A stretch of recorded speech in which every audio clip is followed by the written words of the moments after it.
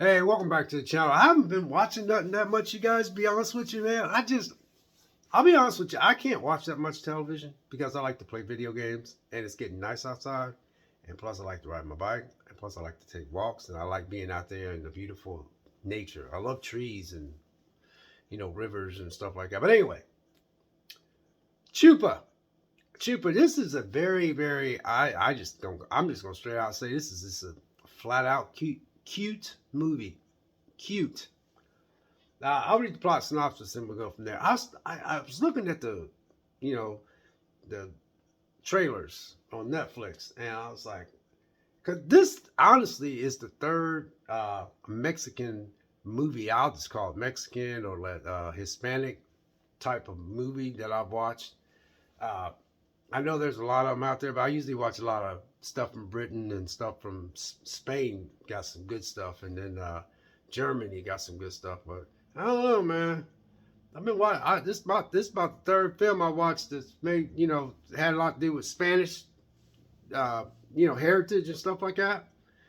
And I have to say, man, this was very impressive. There was nothing in this movie that was just anything. There was no political messages. There was nothing negative in this movie. It was just about a little boy who lost his dad. He lives in the States. He lives in Kansas. And his mom wanted him to go and see his grandpa, which is his dad's dad. And he has two other kids that either is his nieces or nephews or something like that, but they were around his age, so he didn't want to go. And his mom said, well, you need to, his mom was telling him, you need to, stay in touch with your, your Mexican heritage, and which was true. But you know what was weird about this? They didn't like shove all that down your throat. They was just telling a straight out story. She said, hey, I just want you to go visit your grandpa in Mexico, and I just want you to keep in touch with your roots. And I think it'll do you some good to get out of the States for a little bit and stuff. And, because he could barely speak Spanish. He only knows a little bit, just barely. So when he goes there, he gets on a plane, he goes there, and he visits his grandpa's a trip. Now, his grandpa, I like his grandpa because I know he played in a lot of other movies too. But anyway, his grandpa picks him up and stuff, and then he drives him out to this little farm. And then there was this little boy, man. They always had this little boy was a trip. And then the girl was a little pretty girl. She always would sit out on the roof, and she would either play music and she have headphones on. But there was this little creature, man, that this white dude from the States was trying to catch. And that guy was paid. He was played by who? Yeah, man, who? What? He was played by Christian Slater.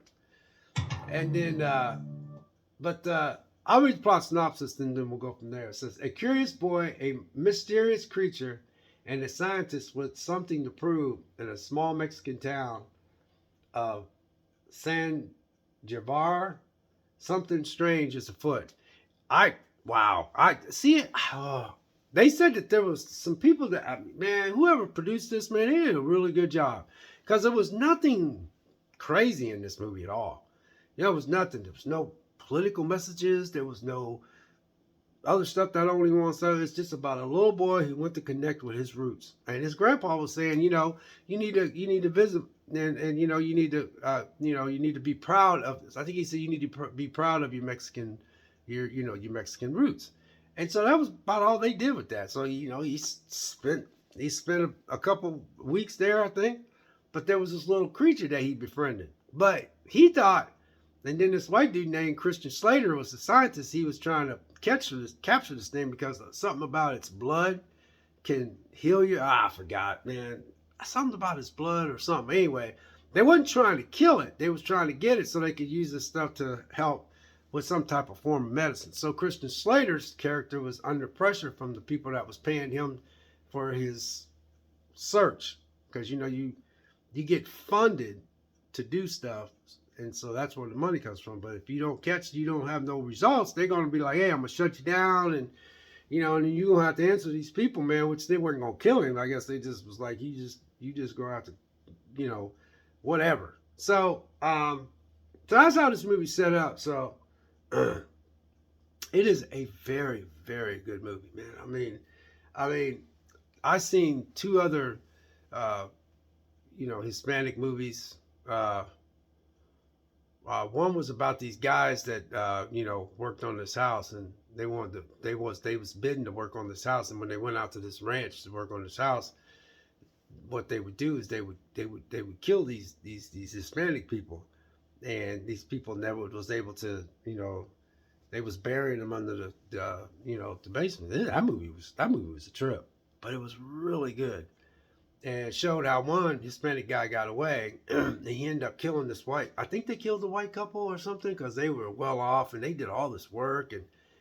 And then the other one was four little Hispanic kids that, oh man, what was that about? I really loved that. I wish I knew the names of those. But anyway, this is the third Hispanic movie I watched.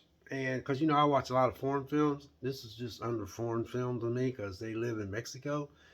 So, but it was just, and then his grandpa used to be, well, the little boy was upset because he really missed his dad. His dad, he really took his dad's death hard.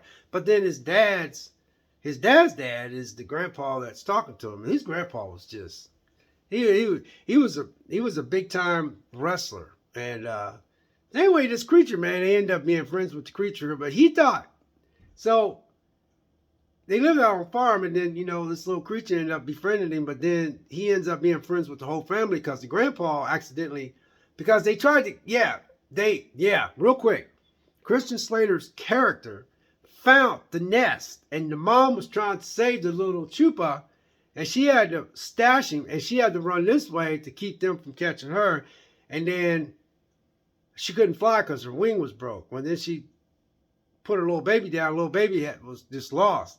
But then the car comes by, which is the kids, the little boy's grandpa hit I think he hit it, but he didn't hurt it, and then he ends up being friends. But they didn't know that he knew that Chupa. I call it Chupa. Anyway, it's such a cute story, you guys. Cute. And the story is good. Pacing is good. Just an all-out good movie to watch, man. And I'm impressed because this is the third Hispanic movie I've watched, and all of them were damn good, spot on good. I'm talking like real good. I wish I knew the names of those two other movies I told you I watched, but this is really good. It's just a really cute, just wholesome family kind of like sit down with your kids and watch a movie, you know what I mean? So, because, a lot of times, when they were speaking Spanish, you could read the stuff on the screen. But, yeah, you guys, I really enjoyed this one. Also, 8 minutes. Come on, Vic. But anyway, Chupa. It's an hour and 38 minutes on Netflix. And came out in 2023. God bless. Take care. We'll catch you next video. We'll see you.